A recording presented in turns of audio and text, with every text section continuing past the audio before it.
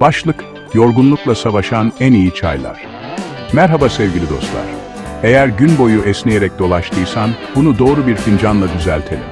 İşte yorgunlukla savaşmak için en iyi çaylar ve onları nasıl tüketmen gerektiğini anlatıyoruz. 1 numara, yeşil çay, özellikle matcha. Sakin enerjinin kralı. Orta derecede kafein ve L-theanin alırsın. Bu da gerginliği azaltır ve odaklanmayı keskinleştirir. Kaynar olmayan sıcak suya çırpılmış bir çay kaşığı matcha veya gevşek yeşil çay için 2-3 dakika demleme süresi tercih et. Sabah veya öğleden sonrası için mükemmel. 2 numara siyah çay. Güçlü, güvenilir ve öğleden önceki o çökkünlük için harika. Assam, English breakfast. 3-4 dakika demle, daha uzun demlersen acı ve keskin olabilir. İstersen bir miktar süt ekle. Protein, etkiyi yavaşlatır ve ani yükseliş çöküşten kaçınmana yardımcı olur. 3 numara, yerba mate. Teknik olarak çay değil ama dayanıklılık için harika. Kafein ve polifenoller içerir. Bu da birçok kişi için kahveden daha yumuşak hissettirir. Eğer bir kabak fincanın yoksa, French press kullan. 250 ml suya bir çay kaşığı ile başla, 3-5 dakika demle. Uykunu korumak için öğle yemeğinden önce iç. 4 numara, oolong.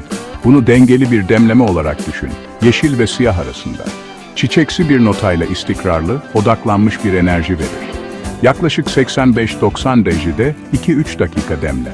Uzun süreli ders çalışma veya iş blokları için harika. 5 numara, ginseng çayı. Zihnin bulanıksa bu çok fazla kafein olmadan uyanıklığa yardımcı olabilir.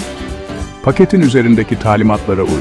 Genellikle fincan başına 1-2 gram kuru kök, 5-10 dakika. Sabah en iyisi. 6 numara zencefil çayı. Eğer yorgunluğun yavaş sindirim veya seyahat sersemliğiyle geliyorsa zencefil seni canlandırır. Taze zencefili dilimle 5-10 dakika kaynat. Parlak bir canlanma için limon ekle. 7 numara nane çayı. Sıfır kafein ama ferahlatıcı hissettirir ve algılanan yorgunluğu azaltabilir. Yatmadan önce uykunu bozmadan berraklık istediğin öğleden sonrası için ideal. 8 numara rooibos. Kafeinsiz ve antioksidan açısından zengin.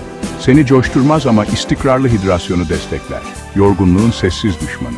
Harika bir akşam içeceği. Hızlı strateji ipuçları. Zamanlama. Uykuya duyarlıysan kafeini öğleden sonra 2'den önce al. Doz, 1 fincanla başla. Alışkın değilsen toplam kafeini günde yaklaşık 200-300 mg ile sınırla. Akıllı demle. Yeşil ve oolong serin suyu sever. Kaynar su tadı bozabilir ve acılığı artırabilir. Eşleştirme çayının yanında bir avuç kuru yemiş veya yoğurt enerji salınımını dengeler. Hidrasyon. Her kafeinli fincanı bir bardak su ile eşleştir. Sabah net odaklanma için matcha limon. Nazik, ruh halini yükselten bir hava için oolong bir kare bitter çikolata. Öğle yemeğinden sonra yemek komasını yenmek için nane, zencefil. Ginseng ve meyan kökü kan basıncını veya ilaçları etkileyebilir. Tedavi görüyorsan bir uzmana danış. Eğer çay sana çarpıntı veya anksiyete yapıyorsa, daha kısa demlemelere, daha hafif yapraklara veya kafeinsiz seçenekleri tercih edebilirsin. Siz ne düşünüyorsunuz? Görüşlerinizi yorumlarda bize yazın. Videoyu beğendiyseniz beğenip sevdiklerinizle paylaşmayı ve kanalımıza abone olmayı unutmayınız. Sevgiyle kalın.